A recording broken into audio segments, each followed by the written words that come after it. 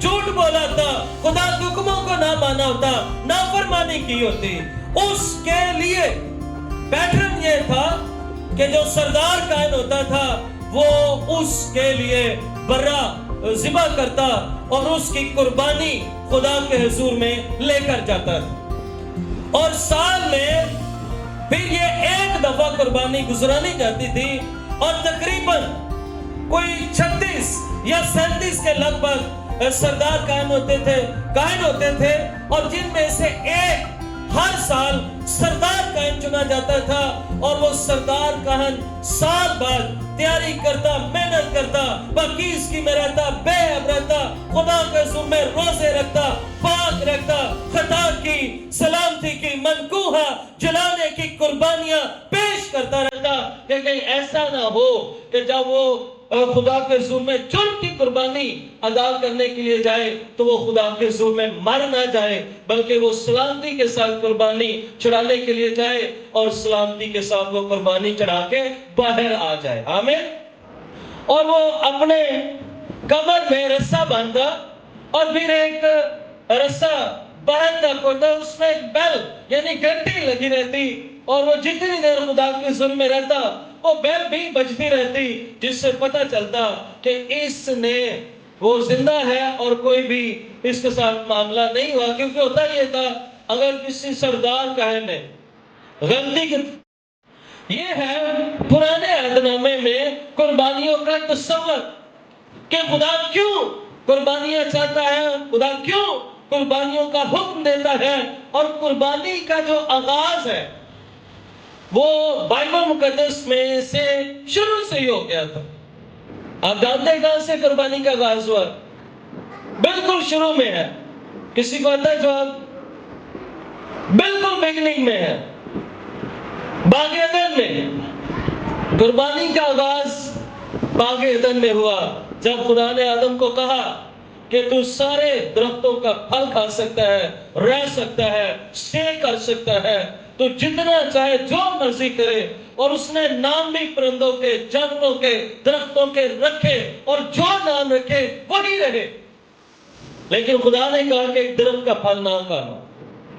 اس نے وہ کھایا, اس کی بیوی نے, ان دونوں نے اس پھل کو کھایا, اور خدا کے حضور میں جرم کیا, خطا کی, گناہ کیا, نافرمانی کی, اور نافرمانی کی سزا کیا ہے؟ موت. تو انہوں نے کیا کیا؟ اپنے لیے وہ پتوں کو سیا, یا جیسے بھی انہوں نے کیا, وہ اپنے چگرد ڈانکے, کیونکہ کلام میں لکھا ہے انہوں نے گناہ کیا اور وہ کیا ہو گئے؟ ننگے.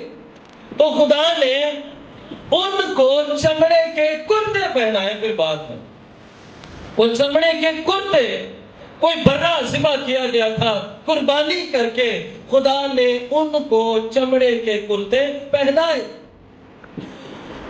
قربانی کا جو آغاز ہے وہ آدم اور حوا کے گناہ سے ہوا ہے, اور یہ جو گناہ ہے یہ موروثی نسل در نسل ہزاروں قربانیاں چڑھائی جاتی رہی, ہزاروں لاکھوں کی باتوں پر ایمان نہ لے کر.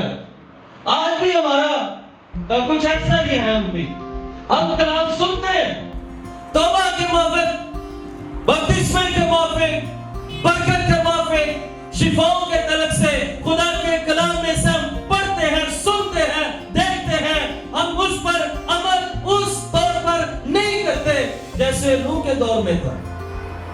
اس سے پہلے کہ اس نوح کی دور والا حال ہمارے ساتھ ہو, ہمیں نوح کی طرح اور اس کے خاندان کی طرح سچی توبہ کرنے کی ضرورت ہے, اپنے گناہوں کا اقرار کرنے کی ضرورت ہے. اور ہم یہ بھی جانتے ہیں کہ جب بارش تھم گئی, کشتی رکی, پھر نوح نے بھی خدا کے حضور میں شکر گزاری کی قربانی خدا کے حضور میں گزرانی. آمین. بارش آ گئی, دنیا ختم ہو گئی, قربانی بھی چڑھا دی, لیکن گناہ کا اثر بالکل ختم نہیں ہوا, بہت بڑھ گیا. مقدس داؤد سلیمان تک آ گیا, اور مقدس داؤد کہتا ہے مینوں وچ گناہ دے جمیا میری مائی. گناہ ختم نہیں ہوا. اس گناہ کو ڈھانپنے کے لیے, کور کرنے کے لیے